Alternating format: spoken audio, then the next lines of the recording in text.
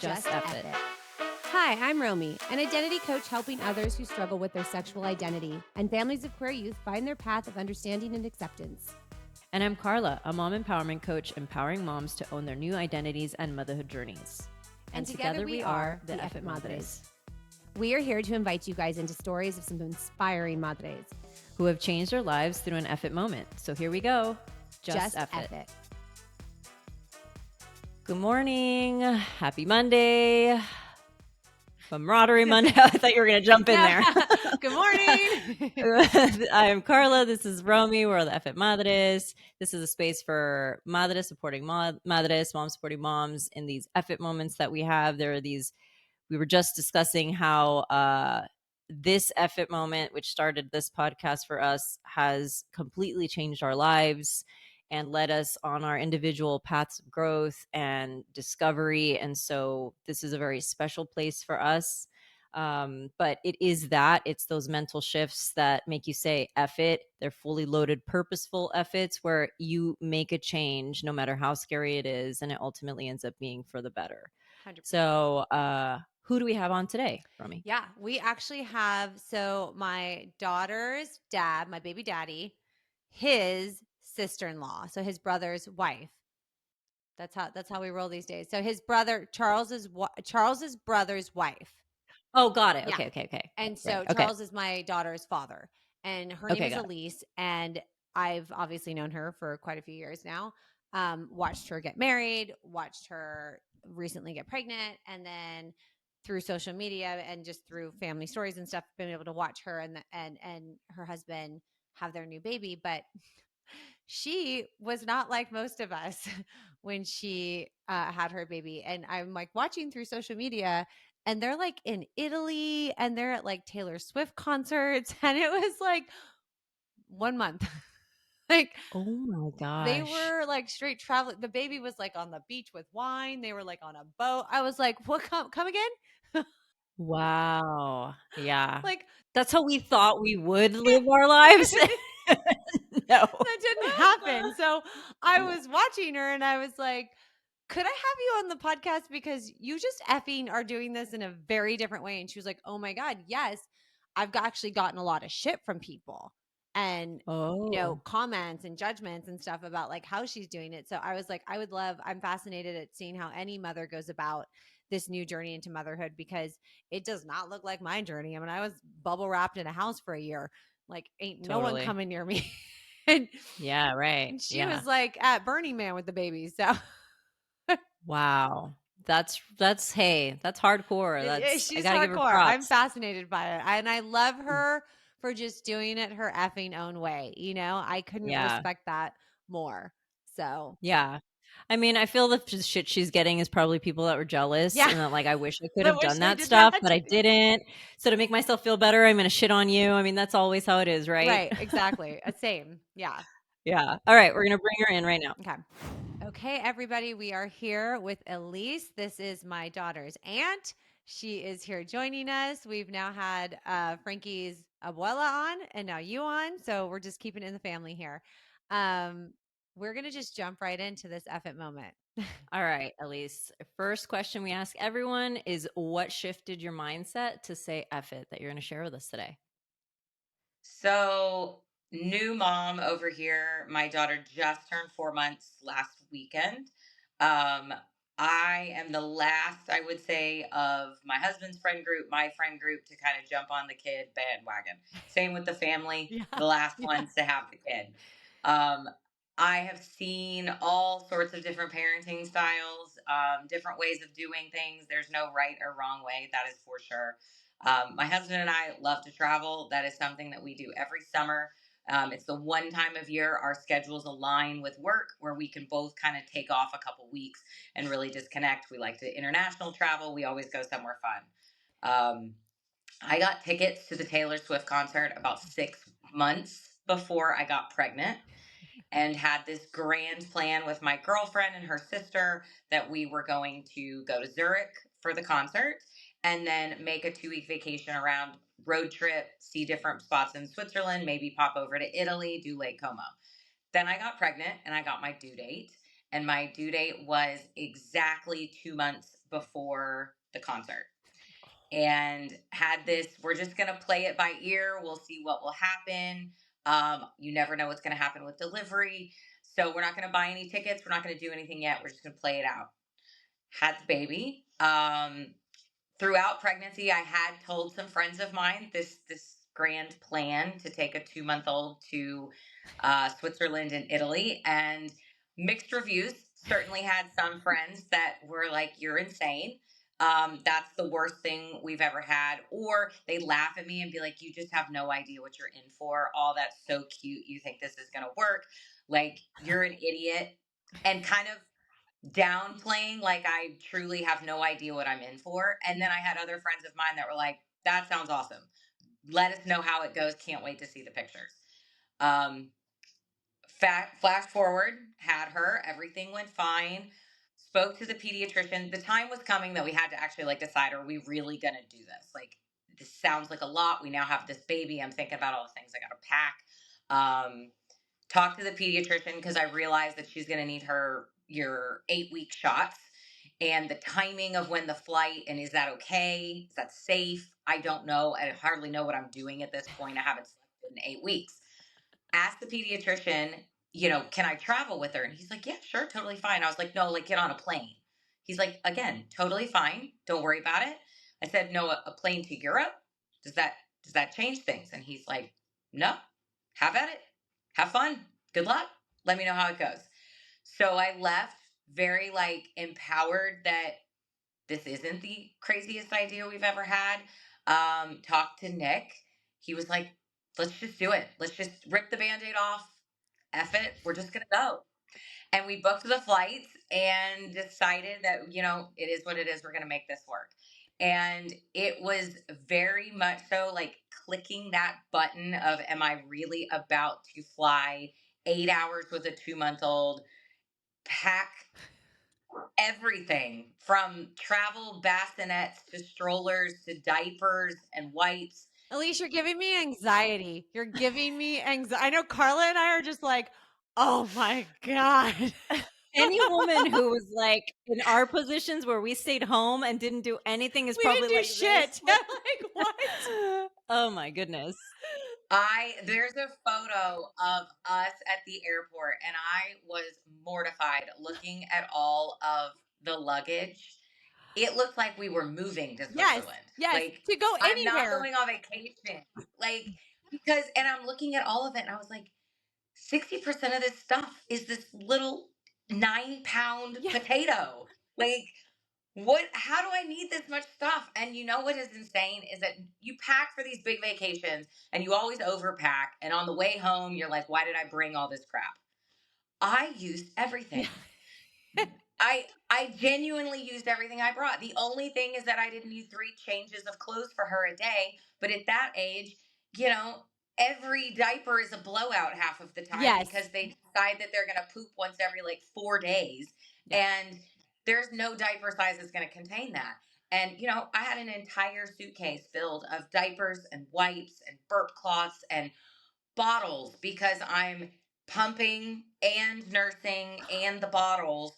So I've got 2 different pumps. I've got the big pump and then I've got the portable pump and I've got bottle cleaning stuff and a drying rack. I mean, the list of stuff you need is insane. And oh my God, European hotels are, God love them, but they either don't have refrigerators or the refrigerators are small. So now I'm trying to figure out, how am I going to keep milk cold? Like, I don't want to throw it all out. Sure. But what do I do with it all? And I need a bucket to clean all this stuff in. And like the bathrooms are small. And where do it was Elise, I gotta jump in here with this like question because this is one for those of you I follow, Elise. So I saw these photos. My mouth was dropping because you know what kind of mom I was. Like, you know what kind of mom I am. You've watched me become a mom, Yes.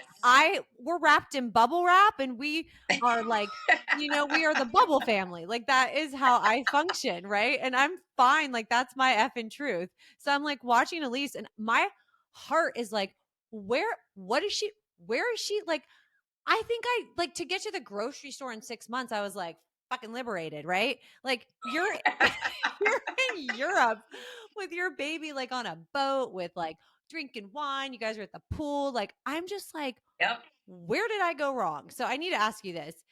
Having this new Eff it moment and effing saying, I'm just gonna do this, right? You guys just said Eff it as a family. We're gonna just fucking do this. And you sure as fuck did. What opportunities opened up for you and your family by doing this? We don't miss out on anything. We still hang out with all of our friends. This weekend we're going apple picking. We're going, I don't know, to do something or another. If a few weeks in you went international, then everything else is a slice of cake. A piece of cake. It truly is. I mean, there were definite moments where I was on and was thinking, what have I got myself into? But I really tried to, a lot of my friends had given me the advice of like, just laugh at the moments, just laugh at the crazy. And you know how everybody loves to take their like 1 month, 2 month, 3 month photos? Mm-hmm. Her 2 month photo is her naked in the changing room in the airplane because she had a blowout at takeoff. And that, you know what? That is the real life photo. Like none of this like staged on the little mat thing and pretending that it's all cute and glorious and glamorous. No, she is covered in poop and we are in an airplane bathroom making it happen, just making it work. Your baby looked like she was going through the real stages of like baby. You looked like you were living the best time of your life. At 2 months, I was still sitting on a donut, I think, with hemorrhoids while my boob was infected on 2 hours of sleep, crying about Don't my worry. body. All of those things are still happening. Okay. I was like, Oh no, they're all still happening. I just was like, you know what? I'm going to the Taylor Swift concert because the flight, the Airbnb and the ticket were cheaper than what people have paid for tickets here in the United States. Wild. And I was like, I'm going. I'm going to do this. And Nick offered to stay home with her, which of course, as you both know, I was like, absolutely not. I'm not leaving my 2 month old so that I can go gallivant through Europe. Like that is not happening. yeah. But I'm going to bring her with me instead. But you're right though. Now you guys have this your first baby, this open door to like you started out this way. You opened an entire new reality to what this is going to look like for you and your family. We joke that we have kids 3 mentality where you drop something on the floor and it's just like maybe you brush it off, maybe you don't. I have 2 Rottweilers at home, so things are as clean as they can possibly be, but it is what it is. And we change a lot of blowouts in the trunk of the car or in the seat while she's kind of tilted sideways because, car seats are slanted, which was a fun discovery that I didn't realize until I changed my first diaper, like on the car seat. We just go with it. And there's, our friends are having people over at the pool. Bring the kid. Now I need to think through all the things that she's going to need so that we can actually do this right. But I don't think anything yet that we have truly said, you know what, that's too much. It's too much with the baby. We can't do that. I'm sure there will be something, especially now that she's older. The other nice thing is at 2 months, they sleep a lot. And cobblestones and a stroller, the most amazing combination for a nap you've ever I'm going seen. to be honest. I feel now looking back, if I would have known also how complicated it can be to like just relax with like an older kid, right? Those would have been the times to be able to like put them to bed and they just sleep or they're just on your boob or they're just feeding or they're just there that like you can actually still enjoy. Now, as you know, with being with like Frankie and the nieces, like your attention is on them 24/7 while they talk to you about God knows what for 5 hours. And you're like, this is not relaxing. No, not at all. This is not relaxing at all. So no, I it wish would be more harder. parents did that. It would be harder even to do it with her now because we have her more on a schedule. Yeah. Those first 2 months, there's no schedule. Yeah. You're just flying by the seat of your pants. They sleep when they sleep. They eat when they eat. They poop when they poop. Yeah. Like it is what it is. She's definitely now, I went back to work last Tuesday. She started daycare and we definitely have more of a routine. Yeah.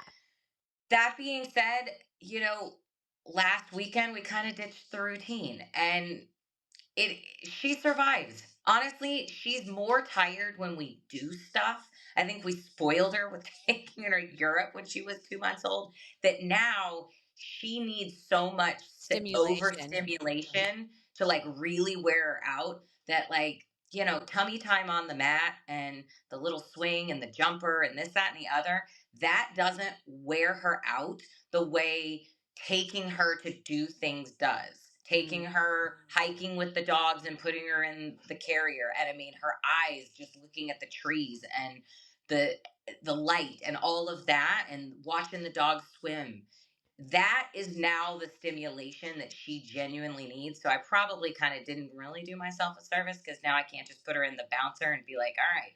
You set the bar high for her Yeah. immediately Yeah. on life. You set the bar high. Let's get into this next question, Carla.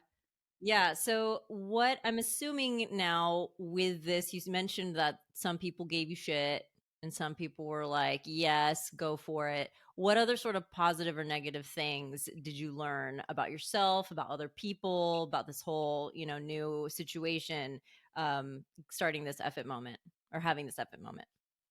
Honestly, to ignore everyone and what they say to you. Yes. That it doesn't matter. You do you. If you have the confidence and can just ignore everyone around you. I mean, I can confidently say she was not that baby on the plane. She was not the kid that's screaming that everybody is just like, oh my God, like crazy parents, why did you do this? That being said, I saw the eyes of people. I heard somebody mumbling to her friend how inappropriate and, how could you do that as a mother? How dangerous it is in the world that we live in now to travel with diseases and vaccines and all of that. She's only 2 months old. She's just a baby. I saw it, I heard it, and I chose just to ignore it. Just like you do when you're breastfeeding and you can feel somebody across the room staring at you because you've flipped, and now you've accidentally shown your nipple to the whole world in this room, and you can feel those eyes. I got told by a friend, just don't make eye contact. You'll feel them looking at you, but don't make eye contact because it's going to make you feel worse if you do. And I just ignored it. Yeah. She shit her pants on the plane. She's covered in poop. I'm covered in poop. She's now crying. I got to get her to the bathroom. I understand you have to pee, but like, you're just going to have to wait a second. And don't, don't, don't make a scene about it. Yeah. I think, Elise, it's such an important thing, though, to say that. And it's a reminder. We've said it a lot on here just in terms of motherhood. Like, we're all doing it our own way, and we all get to do it our own way. And there's no right or wrong or book, no matter what book is fucking published, about what your motherhood journey looks like. I took the same route as you, just on the polar opposite, right? Like, I did breastfeed. You were going to see my titty everywhere we went. I breastfed Yep. for 3 years. You're going to see my I nipple. did see it Yeah, in look San away, look at it, I Diego. don't care, because this is how I'm gonna do it, and you're not gonna fucking stop Yep. me. And I had every mom telling me, if you do that, she's never gonna, ever come off it, and she's never gonna be able to sleep alone, and she's never gonna be. And Frankie's fine. She's independently fine. She came off the nipple fine. She has slept at your house. She's fine. She's She's independent. fine. She's independent as can be, still based on how everyone told me not to do it, right? But I had to tell Yep. people the same way you did, and I think so many of us have to, and I think moms need to hear that. I'm going to effing do it the way that my heart wants to mother. It's not a place for judgment. And if we listen to ourselves, I think we know what's best for us and our families. And Yeah. she's doing Stop. just fine. Yes. Yeah. Yes. And I was telling Romy when she was telling me about this story and how you were getting some people like giving you a hard time. I'm like, at the end of the day though, it's probably stemming from some sort of jealousy Jealousy. that yeah, that they probably really wanted to be doing those things but didn't have the courage to, so they're just going to shit on somebody else to make themselves feel better. Yep. So, that's their own shit. Yeah, you had the opportunity to do it too. You just chose not to. So, And my personality is I always am going to do what I want to do anyways. Same. So like, and I appreciate the input. I appreciate the opinions of, you just don't know. And we've got a lot of that with just a lot of parenting in general because we are the last ones and we have these grand ideas of we're going to do all these things. And people are like, yeah, just wait until you have the kids. Just wait.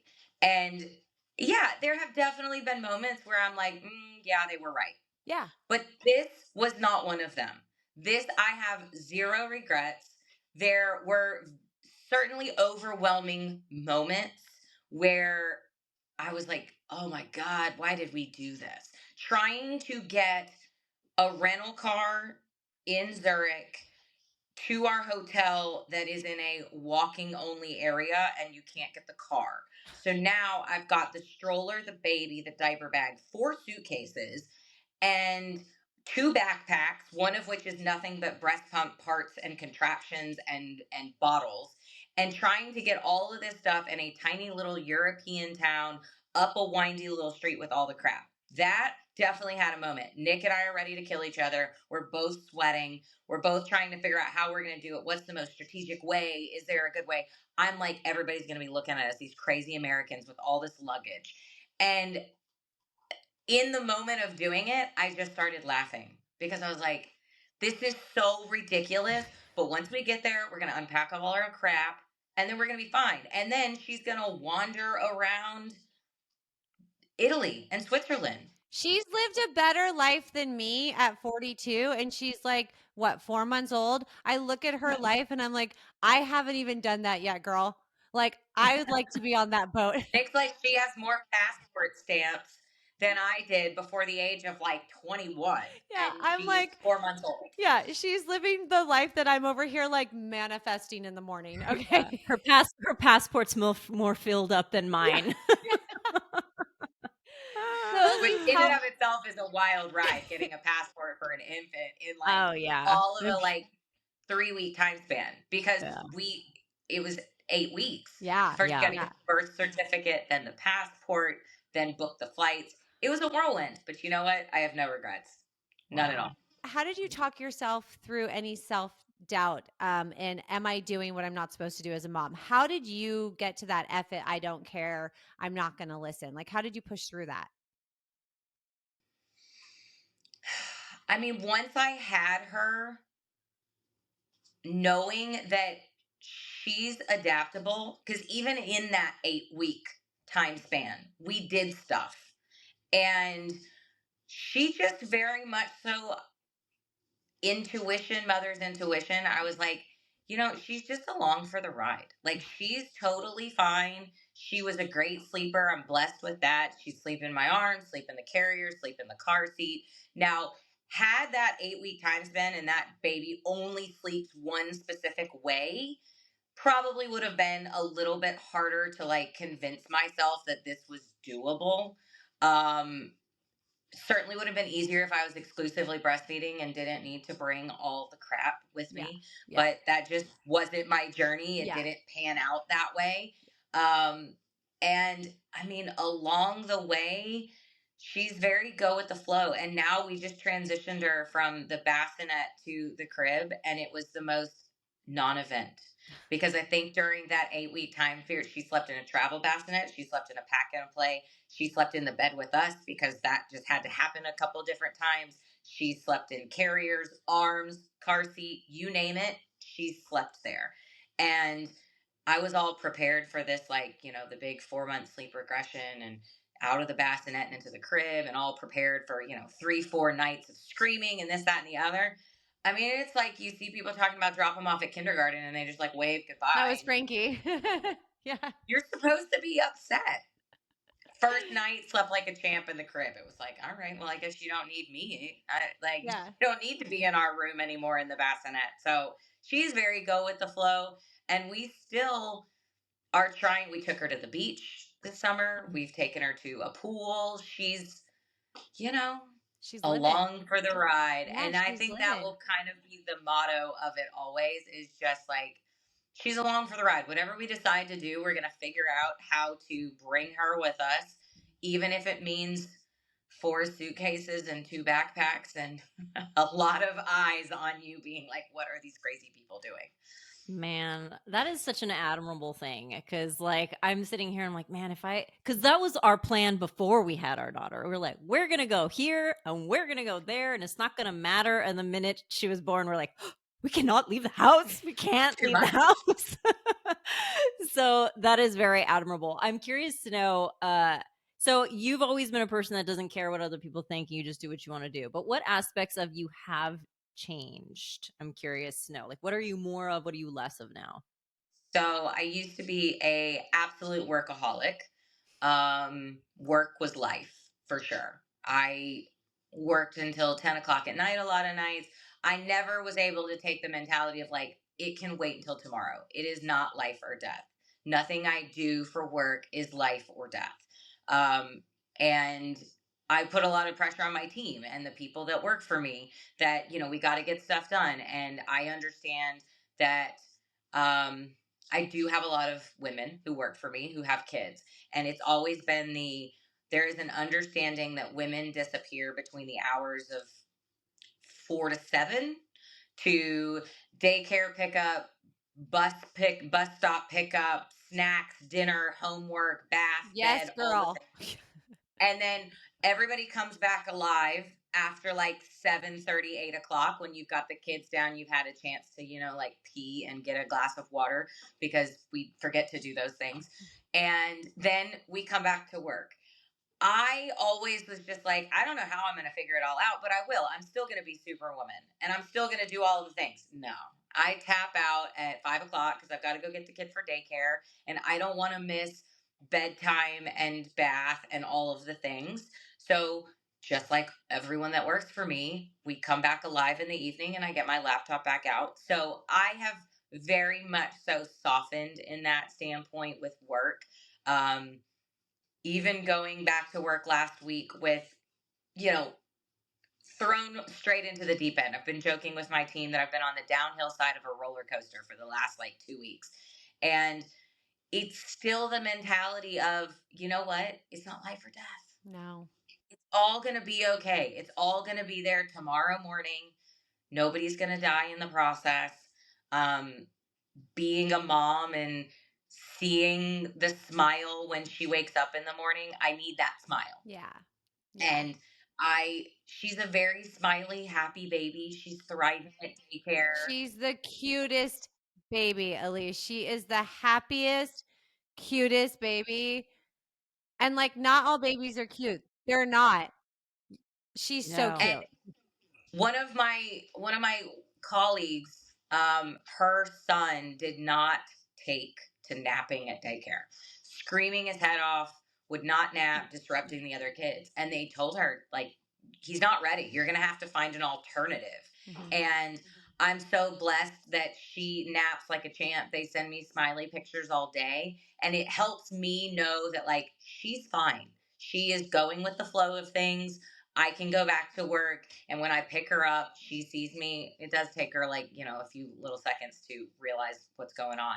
But then I get the smile. Mhm. And she's just as excited to see me as she was when she woke up that morning and I picked her up out of the crib. So she's fine. She's thriving. I mean, it doesn't change the fact that I still don't like dropping her off. This Yeah. morning Oh she yeah. fell asleep in the car and taking the sleeping baby out of the car seat to hand over to somebody else sucked.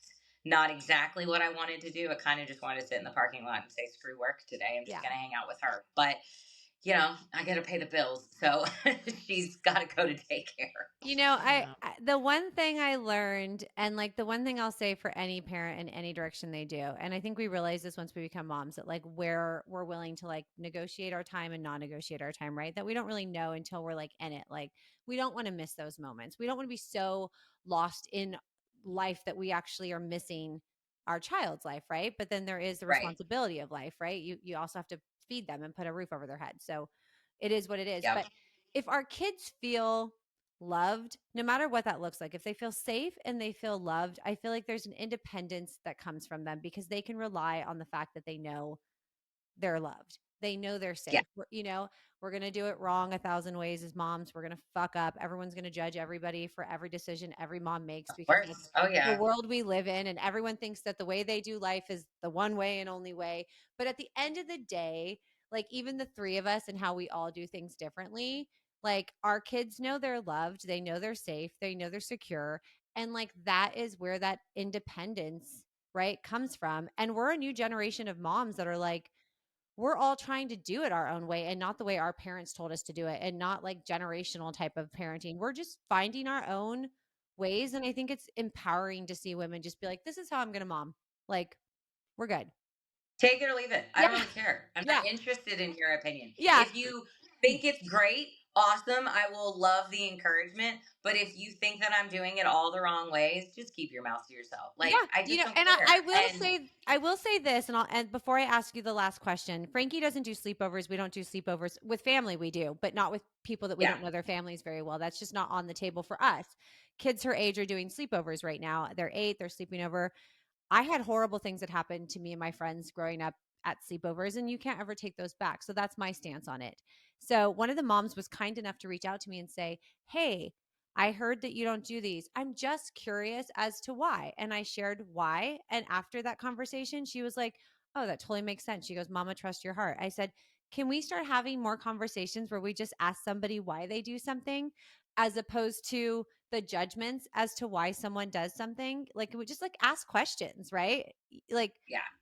why people do the things that they do. There's a reason we're all following some intuition around what we do. And it is mama knows best. We know best, unless we're out of our damn minds, which I don't know. We are. Which, there are moments, Yeah, but I was like, it happens. questionable. It's questionable. But, um, my last question then, Elise, would be, what is your message to empower like your daughter from this whole experience and any moms listening that want to kind of go this route? Do you. Don't let having kids stop you from living life. And that was one thing that Nick and I talked about before we had kids, was that life looks different. Travel looks very, very different. It is certainly not the same trip that we took last summer when we went to Paris. It's not the same. It's very, very different. You need to lower your expectations, but there's no reason that you can't still do it. And honestly, the routine will always be there when you get back. You can go off schedule and live life a little bit, and your kids will thrive more from it Mm-hmm. than being so worried about the 2 o'clock, 3 o'clock, 4 o'clock, 2:37 and 1:42 and all the little nitpicky things. She was on a rough-ish kind of schedule, and then it all went out the door, and it was totally fine. Technically, she slept better over there than she did here before and after we got back. She was a fantastic sleeper there. She was exhausted, but Yeah. you know, it's having kids does not mean that your life ends and becomes only around them. No. You still have to do what makes you happy, because happy you means happy kid. And Amen. if Yeah. you start getting rid of all the things that make you happy, traveling, going to the gym, having a girls' night, whatever it is, if you stop doing all those things, you're just chipping away and losing little more and more pieces of you. And your kid is you.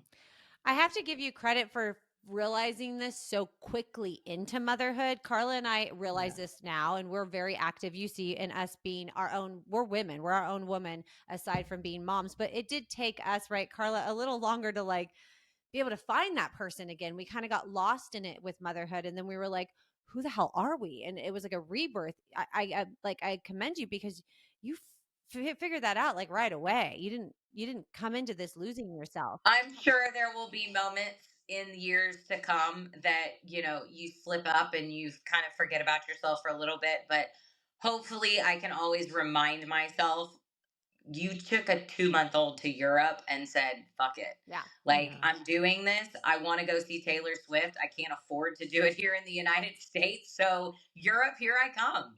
Well, you inspired me. We're taking Frankie, Jenny and I are driving Frankie home for Thanksgiving. So we're going to do our first road trip and It'll be camping. great. And she'll be in the car for almost 24 hours while we pull over and camp at campsites. And I'm like, let's just do it. She's going to be sleeping in a car, sleeping in a tent. It's going to be a wild week, but it's her one. We drove 7.5 hours with Yeah. Emma in the back seat, and The luggage was on the other side of the seat, so I couldn't sit back there. So I spent a lot of the trip bent over Yeah. backwards, Yeah. trying to feed her and do things upside down. And you know what? It was fine. She survived. She was great. I think about Yeah. the memory she'll have from it. It's going to be hard and it'll be a lot, and there's going to be probably a lot of stops and peas and obnoxiousness, and I'm not going to be able to check out, but I'm like, the memory of her having this, right? This adventure for her holiday week off to go home to see family is so worth it. It's so worth it. It'll be totally fine. Yeah. She'll Yeah. love it. I wonder because I had a pandemic baby. So I kind of didn't really have opportunity to even think about like could we go somewhere or couldn't we? Yeah. So Right. I'm like now that she's 3.5 being like, okay, so she's not taking her nap today. All right, fine. We're gonna stay at the beach. Like now it's easier. So I wonder if maybe I could have been a little bit more like You that. could have But done it, yep, yeah, but like with but you what can do we it now. Yeah. she could do, yeah. We're being more flexible and all that sort of stuff. And you're right. Like you gotta remember to live your life because a happy mom is it's a happy family. Amen. So you gotta show Yep. them that you're taking 100%. care of, yeah, you're taking care of Amen. them. And I think So more women actually just need to hear that you have permission to still need to be you. You have permission. You are not a bad mom because you still care and prioritize who you were before you were a mom. And I feel like that message needs to be like loud in women's faces. I just bring her along with me. I Yeah, still like go meet my girlfriends for drinks and do all the things. She just comes with me. I love it. I yeah. love it. Elise, thank you so much for sharing your story and for being open to it. I was so like mouth dropped watching it. I was like, I had to have you on. If yeah, Well, thank you for having me. yeah, thank you so much. This is the end where we're gonna say just F it. So you'll say it and then Carla will say it and I'll say it. So go ahead. Okay. Just F it. Just F it. Just F it.